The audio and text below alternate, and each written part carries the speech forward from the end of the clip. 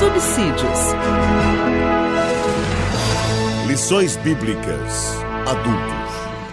Bendito seja Deus e Pai de nosso Senhor e Salvador Jesus Cristo. Eu quero complementar a todos com a paz do Senhor Jesus. Estamos aqui mais uma vez, nesta oportunidade, para comentarmos a lição de número 8 da classe dos adultos. Estamos estudando o primeiro trimestre da classe dos adultos e nosso tema geral é o corpo de Cristo, origem, natureza e vocação da igreja no mundo. Nós estamos estudando um tema de eclesiologia e a lição de número 8 é uma lição muito importante também, né? Aliás, como um todo, essa lição tem sido muito edificante, interessante, né, para nós outros, né? E nesta oportunidade, toda a organização precisa de disciplina. Então, nós vamos estar estudando sobre a disciplina na igreja, ok? A aula de número 8 será ministrada dia 25 de fevereiro para a igreja de um modo geral. E nós temos como tema a disciplina na igreja, né? O comentarista, ele colocou o texto um texto base aqui em Hebreus, capítulo de número 12, versículo 5 a 13. E quando o escritor aos Hebreus, ele trabalha a proposta assim. Vamos ver o que diz o texto bíblico, né? E já vós esquecedes da exortação que argumenta conosco como filhos. Filho meu, não despreze a correção do Senhor e não desanimes, não desmaies, quando por ele fores repreendido. Porque o Senhor corrige a quem ama e açoita qualquer que recebe por filho. Portanto, se suportais a correção, Deus vos trará como filhos, porque filhos a quem o pai não corrige. Porque os filhos o pai é quem não corrige? Mas se estáis sem disciplina, da qual todos são participantes, sois então bastardos e não filhos. Além do que, tivemos nossos pais, segundo a carne, para nos corrigirem, e nós os reverenciamos, não nos sujeitaremos muito mais do que o Pai do Espírito para vivermos? Porque aquele que, na verdade, por um pouco de tempo, nos corrige como bem lhe parecia, mas este para nosso proveito, para sermos participantes da sua santidade. E, na verdade, toda a correção ao presente não parece ser de gozo, senão de tristeza, mas depois produz um fruto pacífico de justiça nos exercitado por ela. Portanto, tornai a levantar as mãos cansadas e joelhos desconjuntados. Fazei veredas diretas para os vossos pés, para que o que maneja se não desvie inteiramente, antes sejam sarados. Glória a Deus, né? A lição ela está dividida em 3 tópicos. O primeiro tópico nos apresenta assim a necessidade da disciplina, não é? Deus é santo, subtópico. O segundo subtópico é a igreja é santa. O terceiro subtópico é quando a igreja não disciplina. No segundo tópico nós temos assim, o propósito da disciplina. O primeiro subtópico, manter a honra de Cristo. O segundo subtópico do segundo tópico diz assim, frear o comportamento pecaminoso. Terceiro subtópico é não tolerar a prática do pecado. E o tópico de número 3 nos apresenta as formas de disciplina. Primeiro subtópico, a disciplina como modo de correção. Segundo subtópico do terceiro tópico nos diz assim, a disciplina como forma de restauração. E o terceiro subtópico diz a disciplina como modo de exclusão. Glória a Deus. Então vamos para a nossa lição propriamente dita. Muito bem. Muitos são tão impactados por Deus e sua conversão, experimentam a transformação grande, né? Que chegam até a pensar que todos na igreja não são perfeitos, né? Porém, Não é necessário muito tempo para descobrir que isso não é verdade. Então, na igreja, ninguém é perfeito, ponto. Isto é um ponto pacífico que deve ser levado em consideração, não é? Então, nós vamos estar trabalhando essa proposta, tá certo? Todos nós somos falhos, imperfeitos, e na igreja encontramos falhas, erros, limitações. A maneira de se lidar com esses erros é com amor e paciência. Então, vamos nos ajustando aos poucos e assim prosseguimos. Mas quando se trata de pecado, a igreja deve agir diretamente e deve usar de disciplina. Nos dias odiernos, isso está sendo muito remoto, muito escasso. Vamos para a etimologia da palavra. O que é disciplina? Disciplina quer dizer correção, né? Disciplina quer dizer correção. Disciplina é um regime imposto por força de lei ou de consentida por pacto ou de aliança e livremente estabelecido. A correção é a essência da disciplina, o amor é a alma da correção, pois o Senhor castiga quem ele ama e aqueles a quem tomar por filho. É o que está no texto em Hebreus.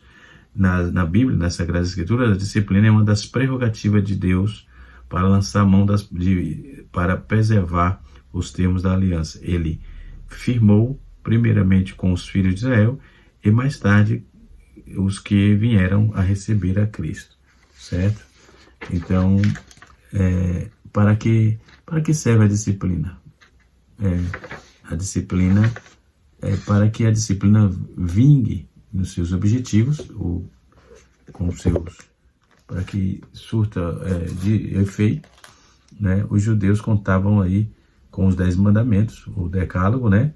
E as outras legislações do Pentateuco. Então, além do decálogo, tinha outras leis ou preceitos que eles cumpriam. Na igreja primitiva, havia normas congregacionais para se manter a ordem e a decência entre os salvos. 1 Coríntios, capítulo 5, versículo de 1 a 13. Então, disciplina não é banir, disciplina é ensinar, tendo como base o amor, a justiça, a santidade e a sabedoria. É tornar santo o que já é santo, mais santo, ok? Isto é a disciplina. Então, a partir disso, nós estaremos dando continuidade aqui, tá certo? Recomendo para a leitura o livro de apoio. Ele é um material bom, certo? Se bem que essa lição foi muito... um negócio mais prático, né? Então, nós podemos observar, e o comentarista usa bastante aqui a Bíblia de comentário de Antônio Gilberto, né? Então, santidade e amor. Qual é a relação desse aspecto aí? Nesse aspecto, há duas coisas que devem ser levadas em conta. Em primeiro lugar, devemos entender que a Bíblia quer dizer quando fala Deus é amor. O comentarista ele colocou aqui uma ideia interessante que eu fiquei refletindo de um professor dele de hebraico, né? E eu fiquei observando. Então, ele usa, né, esse texto.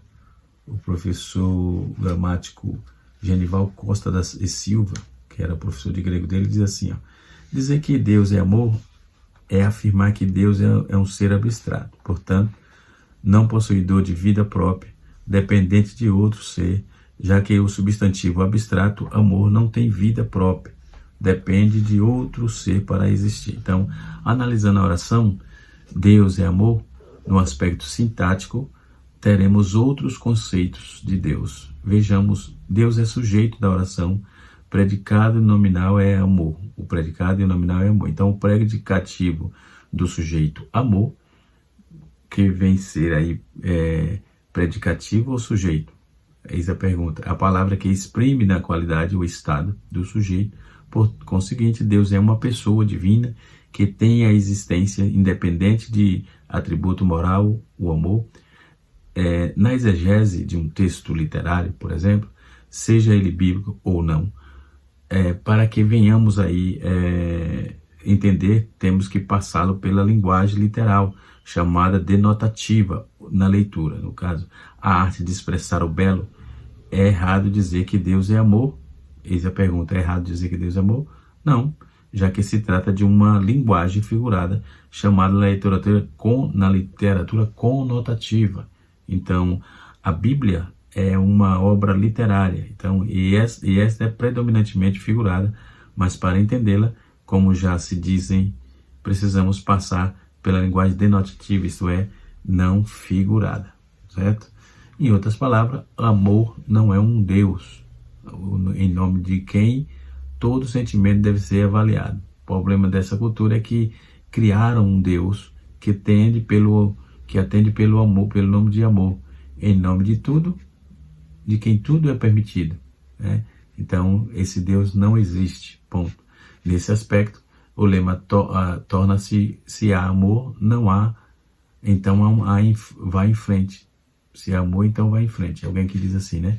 Então, não é de forma nenhuma esse tipo de amor que se refere ao texto bíblico. O verdadeiro amor não valida o pecado. O verdadeiro amor é aquele que emana da cruz, cobre multidão de pecados, como está escrito em 1 Pedro, capítulo 4, verso de número 8, mas não o legaliza, certo? Então, o amor não legaliza o pecado. Então, por conseguinte, o amor não é amor que se contrapõe a outro atributo de Deus, como, por exemplo, a sua santidade.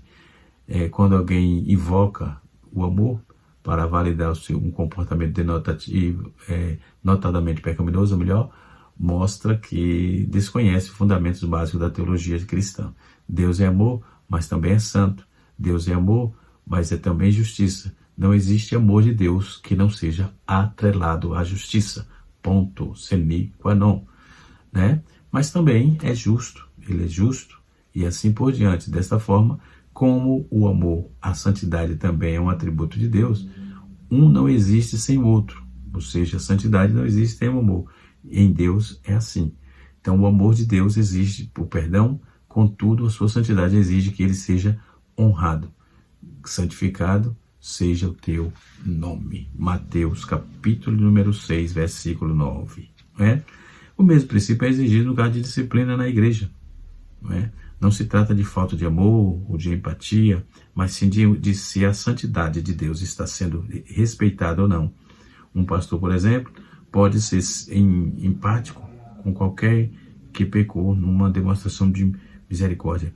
Não tomar nenhuma atitude com respeito a um pecador, a um pecado cometido. Todavia, embora a sua prática transpareça ser uma demonstração de amor, na verdade não é a falta de outro, né? A santidade da igreja, por exemplo, enquanto nenhuma atitude é tomada diante do pecado cometido. A santidade de Deus é afrontada. E isso acontece nas igrejas atuais, acontece constantemente. Não se disciplina mais, é complicado, né? Neste caso, não é a expressão de um amor cristão, mas a manifestação de uma mera complacência humana. Em muitos casos, é coisa mais grave, a pura conveniência. A Bíblia mostra, por exemplo, que um pai que ama, embora isso lhe pareça muito doloroso, corrige o seu filho. Provérbios, capítulo 3, verso de número 12, e Hebreus, capítulo 12, verso 6. Não corrigir, por exemplo, o membro da igreja por simples questão de afinidade, corporativismo, complacência, é não demonstrar amor cristão. Simples assim. Então precisamos aí, portanto, conscientizar de que a doutrina da disciplina na igreja é bíblica, como qualquer outra doutrina. Corrigir os seus membros sempre foi uma necessidade de uma igreja que tem nas Escrituras o seu padrão de norma de conduta. Uma igreja sem disciplina é fraca e irrelevante. E um comentarista, Petros, ele destaca assim: devemos exercer a disciplina da igreja para que a igreja cristã possa ser um instrumento divino. Então a igreja só deve ser instrumento através da qual Deus lhe pode trabalhar. Sabemos que com o passar do tempo a igreja cristã decaiu até tornar-se uma união humana comum, uma sociedade comum, onde o trabalho é feito segundo os princípios humanos comuns à organização. Não é a intenção que assim seja, mas que a igreja seja um lugar onde o próprio Deus vive e trabalha. Aleluia. Né? A igreja seja um lugar onde o próprio Deus vive e trabalha. Mas isso só acontece havendo disciplina. Por que não existe mais cura? Por que existe muitos medalhões sem medalha ou sem lauréis dos céus? Porque as pessoas vivem de internet hoje, vivem dos likes que recebem. E para Deus isso é totalmente irrelevante. Ponto.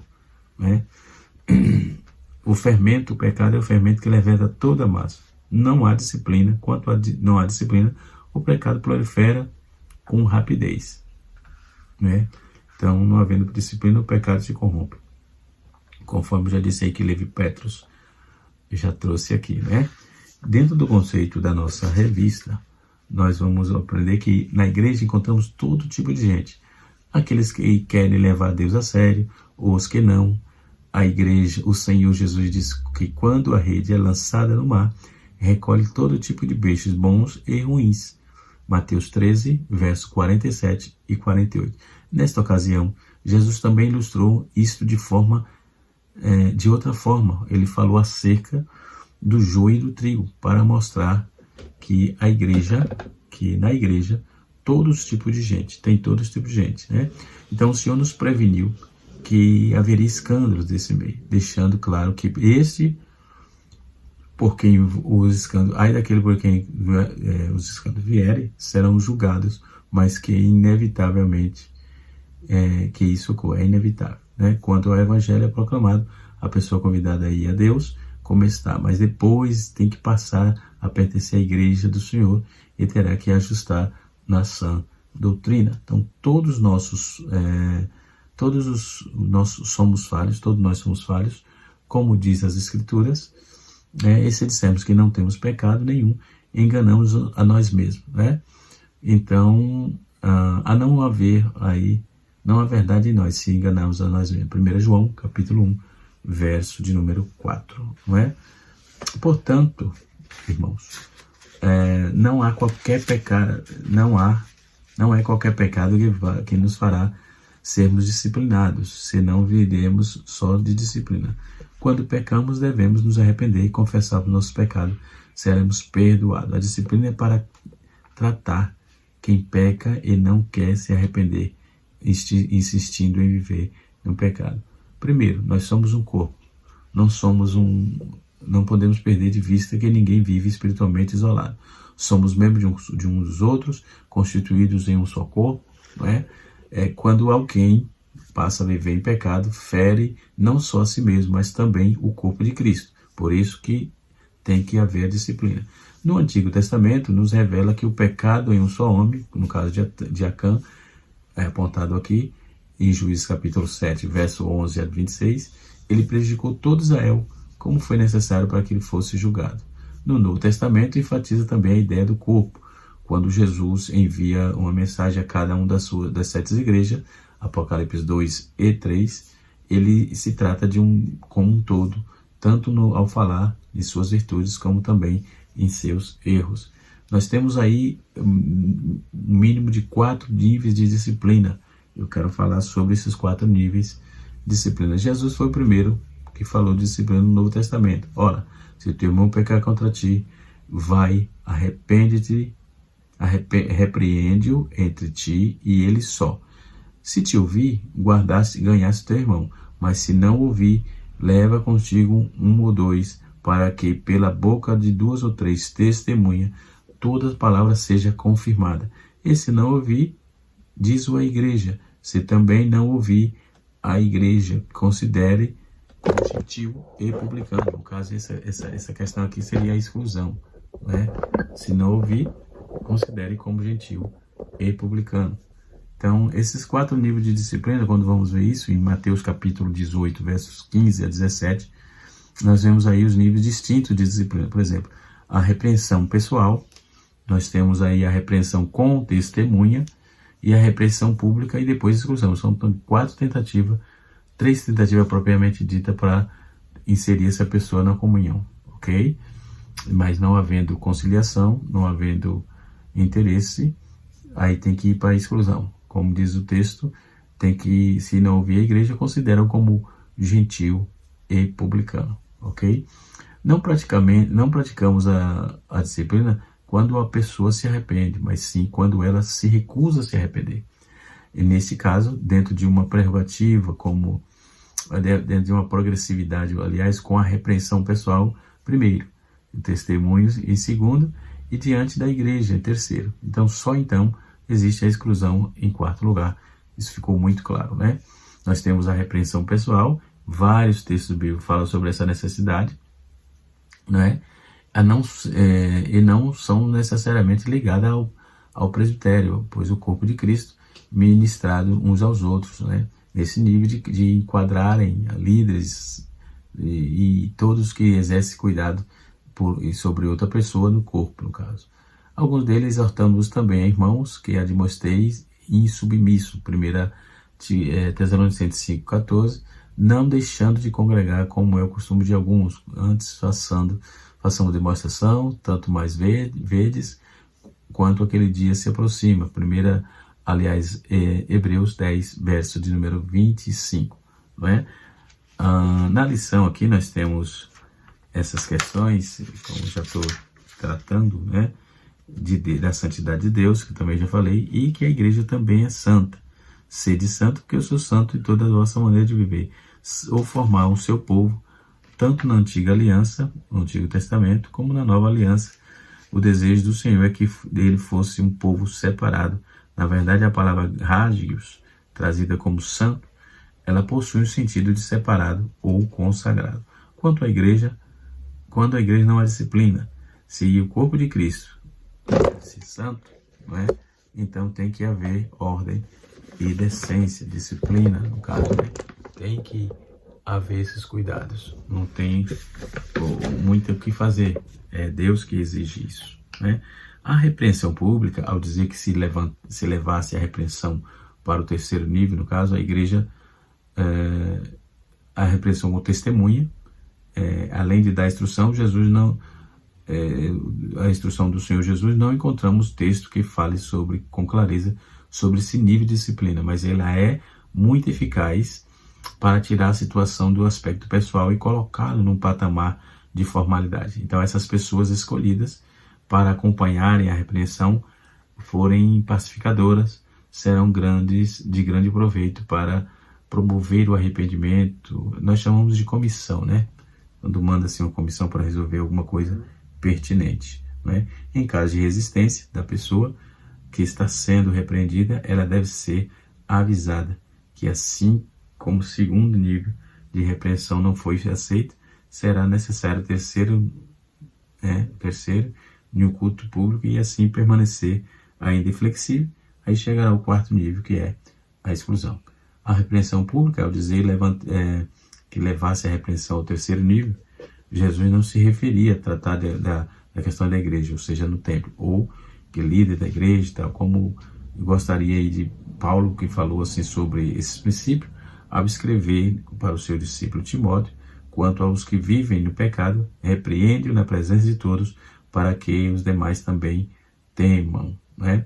É a razão para isso, é claro, porque para que outros temam. Então se chama atenção para que outros entendam que se pecar vai ser repreendido também. Toda a igreja precisa ser ensinada sobre a disciplina cristã e vê-la funcionando quando necessário. Somos um corpo no Senhor. O pecado é contínuo de alguém, prejudicará a todos. O único meio de evitar isso é cortando a raiz do pecado com arrependimento, ou cortando a pessoa quando ela não quer se arrepender da comunhão do corpo diante da igreja. Ela será obrigada a optar entre um ou outro. E depois é o quarto nível, que é o drástico, né? Que é a exclusão. Quando vamos para essa questão, na igreja de Corinto, alguém chegou a esse ponto, não é? E nós vamos observar isso quando chegou a esse ponto de se envolver sexualmente com a madrasta. 1 Coríntios capítulo 5, verso 1. Tão logo chegou o conhecimento do apóstolo Paulo, ele ordenou: tirai do meio de vós esse iníquo. Antes, contudo, deixa claro que as condições devem acontecer. Já na carta, já escrevi-vos em carta, que não os associeis com os impuros, né? Então já tinha aqui uma proposta, já tinha uma demanda, não é? Então, quanto a demais, não se associei aos impuros, né? E assim sucessivamente.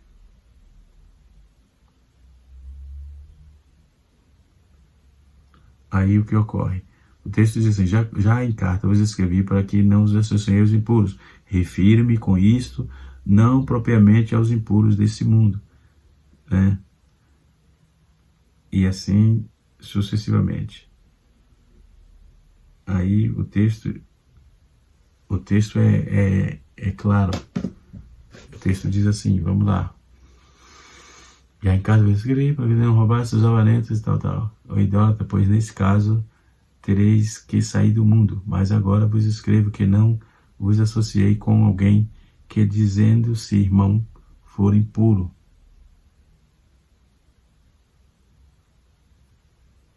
For impuros. Mas agora vos escrevo que não vos associei, dizendo-se irmão, for impuro, avarento ou idólatra, ou maldizente, ou beberão, ou roubador, como esse tal, nem ainda com mais, para que direito lhe haveria de julgar fora. Não julguei-vos de dentro, os de fora, porém Deus os julgará, ou seja, expulsai, pois entre vós, ou malfeitores. Então, há uma ordem explícita dentro desse conceito, não é? E assim sucessivamente. Então, nós podemos observar que o tópico número 2 é mantendo a honra de Cristo, não é? Mantendo a honra de Cristo e assim sucessivamente, né? E assim vai. Aí nós, quando vamos trabalhar essa questão, podemos ver que temos que manter a proposta de Deus e saber do valor e da importância da disciplina, não é? Qual o alvo da disciplina? Né? Qual o alvo da disciplina? Primeiro, nós temos que saber a importância. Para sermos ainda pecadores, por sermos ainda pecadores imperfeitos, entendemos que a disciplina é uma necessidade também por nossos dias. Cristo nos ensinou e ordenou a sua prática, não é? Capítulo 18, verso 15 a 20 de Mateus. Então, uma igreja que não exerce disciplina aos membros faltosos destrói a si mesma e perverte o ensino do Evangelho do nosso Senhor Jesus Cristo. Uma igreja que não pratica a disciplina de forma correta, a disciplina bíblica, constante, cuidadosa, atenciosa, respeitosa, firme e afetuosa, não deve observar a ceia do Senhor, né? A disciplina deve ser feita com amor, compaixão, sem vingança, sem ódio ou retaliação, conforme Gálatas capítulo 6, versículo 1. Vale lembrar que a disciplina é um ato de compaixão e purificação do amor do nosso Pai, não é? Em Provérbios 13, verso 24 e Hebreus capítulo de número 12, verso 4 a 8. O alvo da disciplina, primeiro, a glória de Cristo. A igreja deve disciplinar procurando a glória e a honra do nome de Jesus. Não disciplinar mesmo porque comete pecado escandaloso e desonra o nome do Senhor. Para o bem da igreja, a complacência, a cumplicidade com o pecado pode corromper todo o corpo. Então um dos alvos da disciplina, primeiro, a glória de Cristo, depois para o bem da igreja. Então, a disciplina a um membro, a igreja deve aprofundar-se, deve fundamentar-se seus argumentos nas escrituras, não na tradição, nem no sentimentalismo, ou disciplinar. E ao disciplinar também deve cuidar, tratar, curar a pessoa que está envolvida com isso, né? E o bem da pessoa disciplinada. Primeiro, alvo, a glória de Cristo. Segundo, o bem da igreja. Terceiro, para o bem da pessoa disciplinada. Sem disciplina, não há possibilidade de restauração. Mais cedo ou mais tarde, os pecados virão à luz, né? E assim sucessivamente. E quais os diferentes tipos de disciplina? Já trouxe aqui umas informações com respeito a isso, né? Disciplinar em primeira mão disciplina não é em primeira mão excluir ou expulsão o irmão. Pelo contrário, já trouxe aqui, precisa trabalhar com educação, correção e suspensão. Depois que vem a expulsão, já trabalhei isso aí. Então, a comunicação da disciplina, todo tipo de disciplina deve ser comunicada para gerar o temor e reverência na igreja. Na 8ª, considerando-se o tamanho da membresia, o conselho decidiu que a disciplina deve ser comunicada em ambiente que a pessoa é conhecida. O ministério também deve apresentar isso aí e estar ciente. Por exemplo, depois da restauração à ceia do Senhor, a pessoa disciplinada voltará a participar da ceia do Senhor quando suspenso por tempo indeterminado, né? Quando ela ou os que estiverem acompanhando o julgamento, né? O ministério e a liderança, nesse caso aí os membros da igreja, retornam à participação da liderança, envolve passos que comprovem genuíno do fruto do arrependimento, fruto digno de arrependimento. Assim é a disciplina na igreja e uma necessidade cabal para que a igreja não viva sem a disciplina. A igreja precisa viver da disciplina. Então é necessário, é urgente, é para agora. Disciplina não pode deixar, e hoje nos dias odiernos a gente podemos observar que isso vem ficando escasso, não é?